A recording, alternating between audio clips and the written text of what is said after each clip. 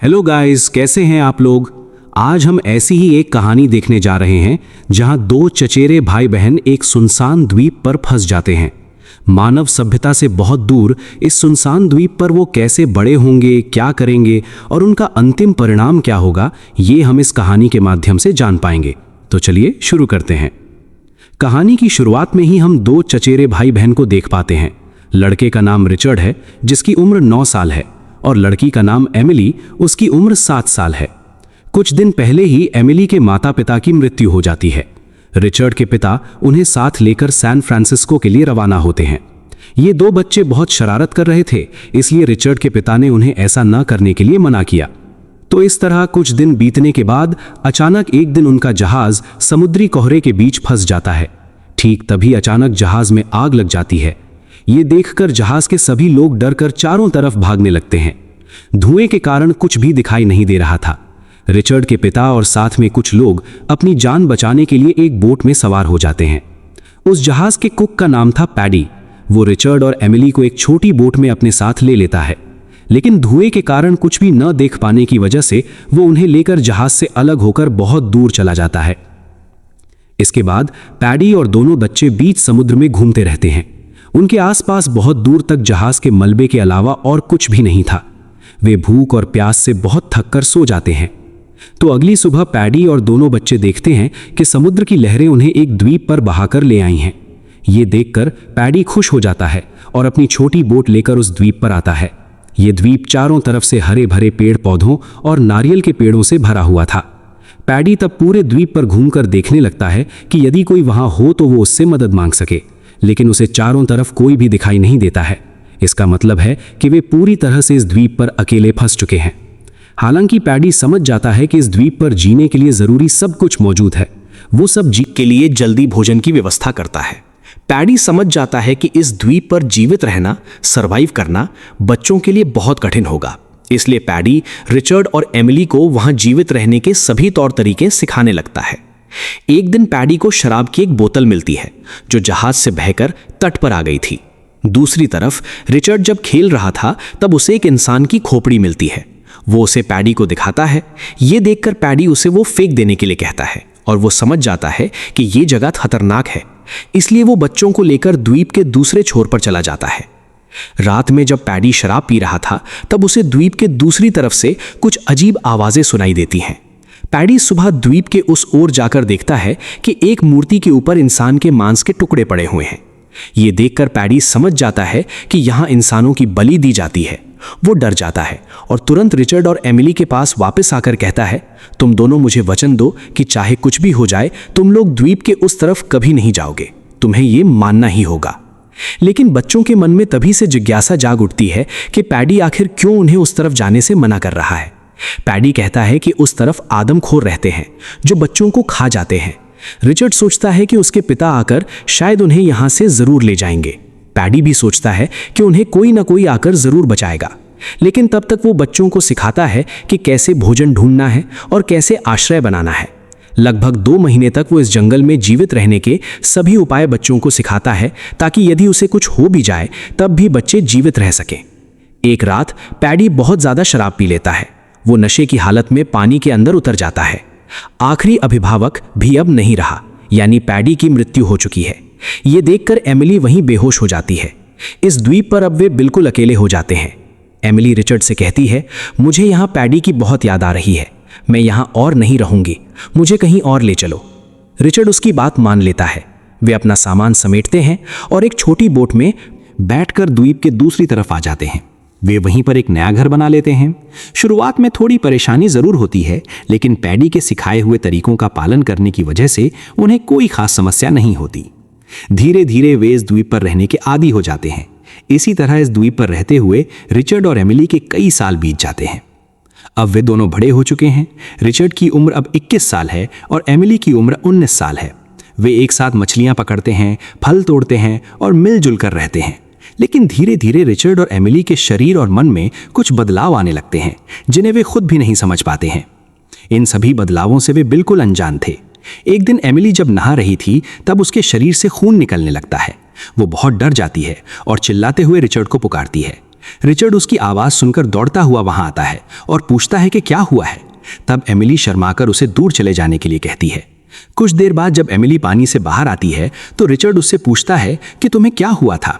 Richard को लगता है कि एमिली को शायद कहीं चोट लगी है, लेकिन एमिली उसे कुछ नहीं बताती, बल्कि रिचर्ड के साथ रूखा व्यवहार करने लगती है। इससे रिचर्ड नाराज होकर वहां से चला जाता है। समय के साथ साथ रिचर्ड का गुस्सा शांत हो जाता है और वे फिर से पहले की तरह एक साथ समय बिताने लगते हैं। इस तरह धीरे धीरे रिचर्ड और एमिली एक दूसरे के प्रति आकर्षण महसूस करने लगते हैं। जब रिचर्ड बिना शर्ट के घूमता है तो एमिली उसे चुपचाप देखती रहती है। वहीं एमिली जब नदी में नहाने जाती है तो रिचर्ड उसकी ओर देखता रहता है। बचपन से ही वे यहाँ फंसे हुए हैं, इसलिए इन सब बातों के बारे में उन्हें कोई जानकारी नहीं थी। रिचर्ड जितना ही एमिली के करीब आना चाहता है, एमिली किसी अनजाने डर की वजह से उसे खुद से दूर हटा देती है। रिचर्ड मछलियां पकड़ता है, फल तोड़ता है और एमिली उन मछलियों को पकाती है और कपड़े साफ करती है। वे दोनों हंसते खेलते इस द्वीप पर खुशी खुशी रह रहे थे। लेकिन एक दिन एमिली द्वीप के उस हिस्से से कुछ आवाजें सुन पाती है जहां पैडी ने जाने से मना किया था। लेकिन एमिली उत्सुकतावश वहां चली जाती है। वहां जाकर वो उसी मूर्ति को देखती है जिसके सामने आदमखोर इंसानों की बलि देते थे। एमिली देखती है कि मूर्ति से खून बह रहा था। इससे वो डर जाती है और दौड़कर रिचर्ड के पास चली जाती है।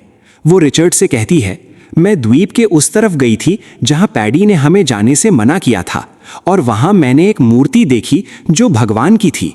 पैडी ने हमसे झूठ बोला था, वहां कोई आदमखोर नहीं है। ये बात सुनकर रिचर्ड बहुत गुस्सा हो जाता है।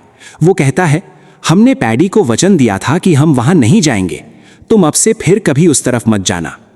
रात में जब एमिली सो रही थी तब वो एक डरावना सपना यानी दुष्स्वप्न देखती है। वो देखती है कि रिचर्ड पानी में डूबकर मर रहा है। एमिली डरकर जाग जाती है। वो अपने सामने रिचर्ड को देखकर उसे गले लगा लेती है। रिचर्ड एमिली के करीब आना चाह रहा था, लेकिन फिर किसी अनजाने डर की वजह से एमिली रिचर्ड को खुद से दूर हटा देती है। इससे रिचर्ड खुद को बहुत अपमानित महसूस करता है और एमिली से बात करना बंद कर देता है। एक दिन रिचर्ड जब समुद्र के किनारे बैठा था तब वो ध्यान देता है कि उनके द्वीप के पास से एक जहाज गुजर रहा है।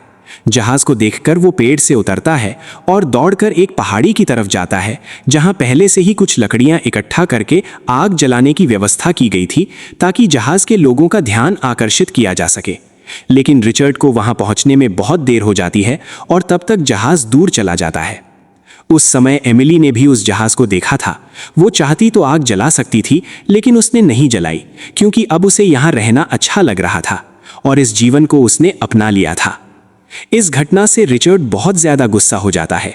वो एमिली को अकेला छोड़कर एक नाव लेकर वहां से चले जाने के लिए रवाना होता है, लेकिन समुद्र की तेज लहरों के कारण आधे रास्ते में ही नाव टूट जाती है और रिचर्ड पानी में गिर जाता है। रिचर्ड को इस हाल में देखकर एमिली दूर बैठी मजे ले रही थी, तो मजबूर होकर रिचर्ड हमेशा सिर्फ खाना खाने के बारे में सोचती रहती थी और बात बात पर उसे गुस्सा आ जाता था। रिचर्ड एमिली से इन सब बातों के बारे में पूछता है, लेकिन एमिली कहती है, मुझे नहीं पता, मेरी तबीयत ठीक नहीं है, मुझे उल्टियां भी हो रही हैं। इसके बाद वो रिचर्ड का हाथ अपने पेट पर रखती है और कहती है कि उसे ऐसा महसूस होता है जैसे उसके पेट के अंदर कुछ है। रिचर्ड को कुछ समझ नहीं आता। रिचर्ड को लगता है कि एमिली शायद ज्यादा खा रही है, इसलिए उसका पेट बड़ा हो गया है। एक दिन रिचर्ड द्वीप के दूसरी तरफ से कुछ आवाजें सुनता है। तब वो चुपके से उस आवाज का पीछा करते हुए उस प्रतिबंधित जगह पर पहुंच जाता है। वहां वो देखता है कि आदिवासी उस मूर्ति के सामने एक आदमी की बलि दे रहे हैं। ये सब देखकर वो डर जाता है और दौड़कर एमिली के पास वापस लौट आता है। ठीक उसी समय एमिली के पेट में बहुत तेज दर्द शुरू होता है और वो जोर जोर से चिल्लाने लगती है। रिचर्ड तुरंत उसके पास आकर उसकी मदद करता है और एमिली एक बहुत ही सुंदर लड़के बेटे को जन्म देती है। इसके बाद वे उस बच्चे को अपनी छोटी झोपड़ी में ले आते हैं। बच्चा रो रहा था, इसलिए रिचर्ड और एमिली उसे खिलाने के लिए कुछ ढूंढने लगते हैं, लेकिन उन्हें यह नहीं पता था कि छोटे बच्चे को क्या खिलाना चाहिए। समय के साथ वे सब कुछ समझ जाते हैं और वे अपने छोटे बच्चे के साथ बहुत खुशी खुशी समय बिताने लगते हैं। एक दिन रिचर्ड एमिली से कहता है कि उसने कुछ आदिवासियों को बलि देते हुए देखा है और यदि वे यहाँ आ गए तो वे उन्हें भी नुकसान पहुंचा सकते हैं। दूसरी तरफ हम देखते हैं कि रिचर्ड के पिता अभी भी जीवित हैं। वे अपने इकलौते बेटे को वापस पाने के लिए अब भी प्रयास कर रहे थे। इतने सालों से अपने बेटे को ढूंढते ढूंढते वे बहुत थक चुके थे, लेकिन फिर भी उन्होंने हार नहीं मानी। रिचर्ड के पिता कुछ लोगों के साथ एक जहाज में उन्हें ढूंढते हुए उसी द्वीप पर पहुंच जाते हैं। वे दूर से समुद्र के किनारे कीचड़ में खेलते हुए रिचर्ड और एमिली को देख पाते हैं, लेकिन उम्र के साथ उनके इतना बड़ा हो जाने के कारण रिचर्ड के पिता उन्हें पहचान नहीं पाते हैं। रिचर्ड जहाज को देखकर पहले तो बहुत खुश होता है, लेकिन बाद में एमिली की बात याद आने पर वो फैसला करता है कि वे यहीं रहेगा, और रिचर्ड के पिता भी उन्हें आदिवासी समझकर जहाज लेकर वापस चले जाते हैं। इसके कुछ दिनों बाद रिचर्ड और एमिली अपने बेटे को बोट में लेकर द्वीप के दूसरी तरफ फल तोड़ने के लिए जाते हैं, जहां पैडी की मृत्यु से पहले वे कुछ महीनों तक रहे थे। आसपास की हर चीज को देखकर वे अपने बचपन के दिनों को याद करते हैं। फिर रिचर्ड फल तोड़ने चला जाता है और एमिली अपने बेटे को लेकर तट पर रहती है। इस बीच उनका बेटा खेलते खेलते कुछ जहरीले बेरी फल तोड़ लेता है और बोट में रख देता है। एमिली ये नहीं देख पाती। वे दोनों ही रिचर्ड के इंतजार में नाव पर लौट आते हैं। कुछ समय के लिए एमिली की आंख लग जाती है। आंख खुलने पर वो देखती है कि नाव तट से कुछ दूर चली गई है। अचानक उनका बेटा एक पतवार को पानी में फेंक देता है। एमिली उस पतवार को पकड़ने की बहुत कोशिश करती है, लेकिन वो नहीं कर पाती। वो चिल्लाकर रिचर्ड को पुकारती है और रिचर्ड तैरकर उनकी तरफ आने लगता है। लेकिन तभी एमिली देखती है कि रिचर्ड के पीछे एक शार्क मछली उसका पीछा कर रही है। रिचर्ड पतवार लेकर तेजी से नाव की ओर बढ़ता है। एमिली उसे बचाने के लिए दूसरी पतवार पानी में फेंक देती है, जिससे रिचर्ड को नाव पर चढ़ने का मौका मिल जाता है। लेकिन अब उनके पास कोई पतवार नहीं बची थी जिसकी मदद से वे अपने द्वीप पर वापस जा सकें। वे हाथों से नाव को तट की तरफ ले जाने की कोशिश करते हैं, लेकिन पानी का बहाव बहुत तेज था और शार्क के डर से वे तैरने की हिम्मत भी नहीं कर पाते। नाव अपने आप ही समंदर में आगे बढ़ती रहती है। वे 2 दिनों तक समंदर में तैरते रहते हैं। उनके बेटे को बहुत भूख लगती है, इसलिए वो उन जहरीले बेरी फलों को खा लेता है। एमिली और रिचर्ड ये देखकर अपने बेटे के मुंह से बेरी निकालने की कोशिश करते हैं, लेकिन तब तक बच्चा उसे निगल चुका होता है। उन्हें लगता है कि उनका बेटा अब मर जाएगा, इसलिए वे दोनों फैसला करते हैं कि अपने बच्चे को आंखों के सामने मरते हुए देखने से बेहतर है कि वे भी उन बेरी फलों को खाकर एक साथ इस दुनिया को अलविदा कह दें। कुछ ही देर में वे दोनों भी वो जहरीला फल खा लेते हैं और अपने बेटे को गले से लगाकर बोट के अंदर ही सो जाते हैं। सौभाग्य से उनकी वो बोट एक बड़े जहाज के सामने आ जाती है। असल में वे बेरी फल इतने भी जहरीले नहीं थे, वे सब सिर्फ बेहोश हुए थे। कुछ देर बाद रिचर्ड के पिता उन्हें देख लेते हैं और वे अपने एक आदमी को उस बोट की जांच करने के लिए भेजते हैं। इसके बाद रिचर्ड के पिता और उनके लोग एक छोटी नाव में सवार होकर उन्हें देखने आते हैं। वे रिचर्ड, एमिली और उनके बेटे को बेहोशी की हालत में पाते हैं। रिचर्ड के पिता अपने आदमी से पूछते हैं, क्या ये मर चुके हैं? वो कहता है, नहीं सर, ये सो रहे हैं। उन्हें तब बचा लिया जाता है और यहीं पर इस फिल्म की समाप्ति होती है। तो आप लोगों को ये कहानी कैसी लगी, कमेंट में ज़रूर बताइएगा। और चैनल पर ऐसी ही और भी फिल्मों की कहानियां दी गई हैं, आप चाहें तो उन्हें भी देख सकते हैं।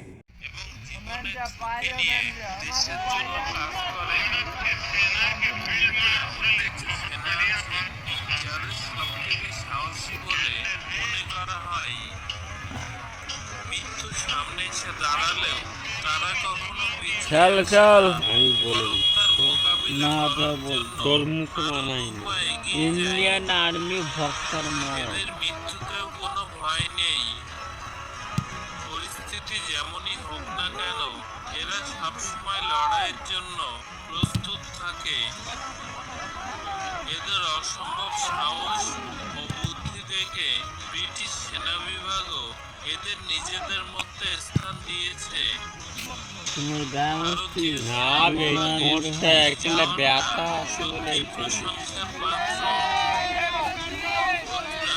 আমরা গোরখা সেনাদের নিয়ে কথা বলছি কথাই বলে যখন গোরখা সেনারা অস্ত্র তুলে নেয় তখন শত্রুপক্ষ যুদ্ধের আগে হার মেনে নেয় এদের সম্পর্কে ভারতীয় সেনা বিভাগের প্রথম ফিল্ড মার্শাল বলেছিলেন যে যদি কোনো ব্যক্তি বলে যে সে মরতে ভয় পায় না তাহলে সে মিথ্যা কথা বলছে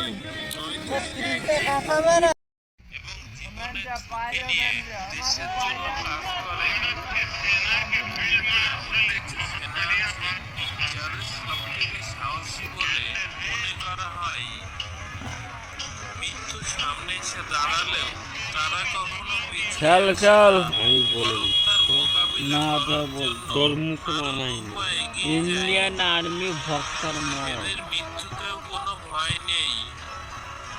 পরিস্থিতি যেমনই হোক না কেন এরা সবসময় লড়াইয়ের জন্য প্রস্তুত থাকে।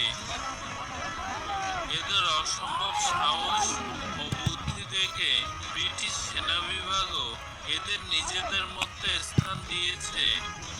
তুমি গামতি না বে মোরটা একটা ব্যথা আছে বলে এই প্রশংসার পাত্র। বন্ধুরা, আমরা গোর্খা সেনাদের নিয়ে কথা বলছি। কথাই বলে যখন গোর্খা সেনারা অস্ত্র তুলে নেয় তখন শত্রুপক্ষ যুদ্ধের আগেই হার মেনে নেয়। এদের সম্পর্কে ভারতীয় সেনা বিভাগের প্রথম ফিল্ড মার্শাল জ্যাম মিনেক্সও বলেছিলেন যে যদি কোনো ব্যক্তি বলে যে সে মরতে ভয় পায় না তাহলে হয় সে মিথ্যে কথা বলছে নয়তো সে এবং জীবনের ঝুঁকি নিয়ে দেশের জন্য কাজ করে। প্রত্যেক সেনা আছে যাদের সবথেকে সাহসী বলে মনে করা হয়। মৃত্যু সামনে এসে দাঁড়ালেও তারা কখনো চল চল আমি বলে তার মোকাবিলা না তো করার বল জন্য তোর মুখ আরো মানায়নি উপায়ে এগিয়ে যায়। ইন্ডিয়ান আর্মি ভক্তর মত এদের মৃত্যুতেও কোনো ভয় নেই। পরিস্থিতি যেমনই হোক না কেন এরা সবসময় লড়াইয়ের জন্য প্রস্তুত থাকে।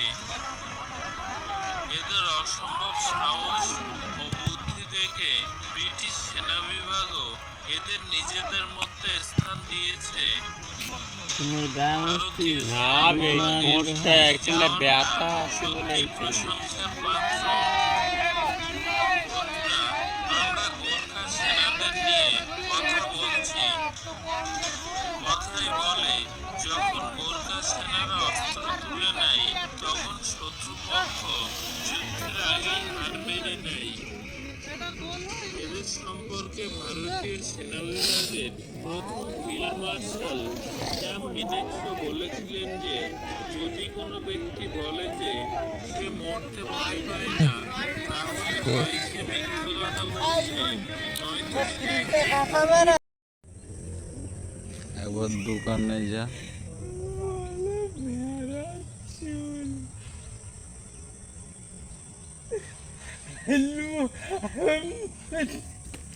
देख में बड़ा हाथा दे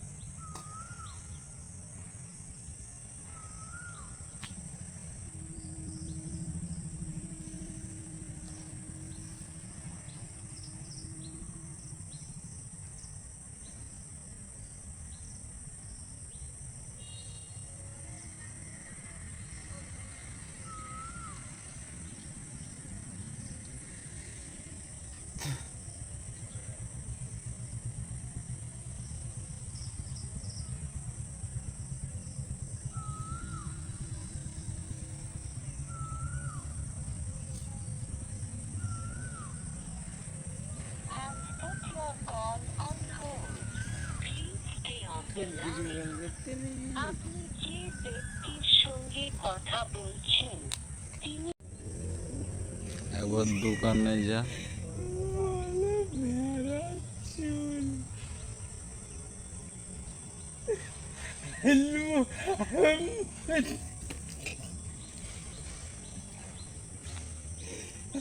देख में बड़ा हाथा दे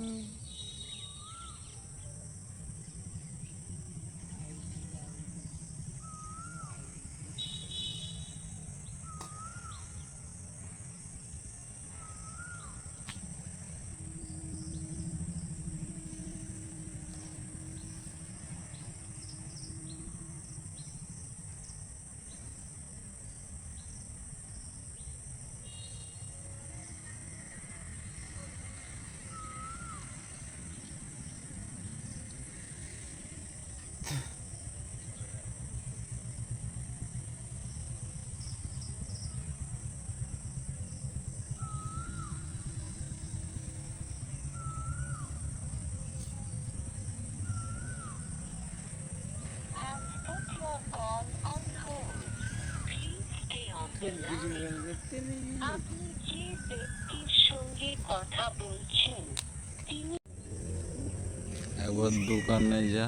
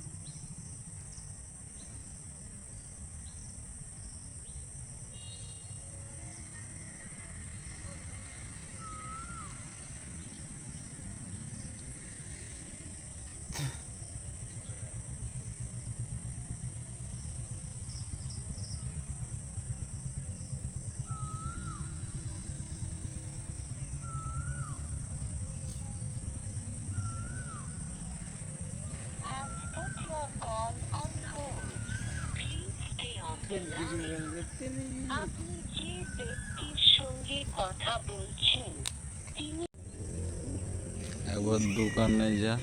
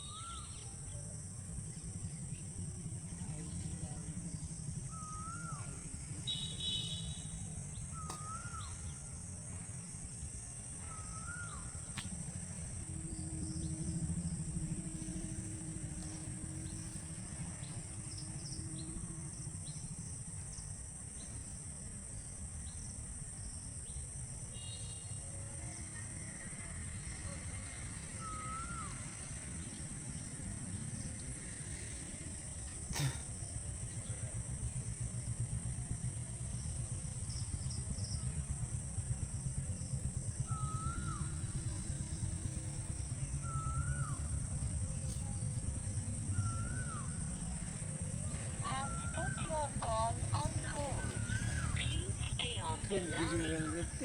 আপনি যে ব্যক্তির সঙ্গে কথা বলছেন তিনি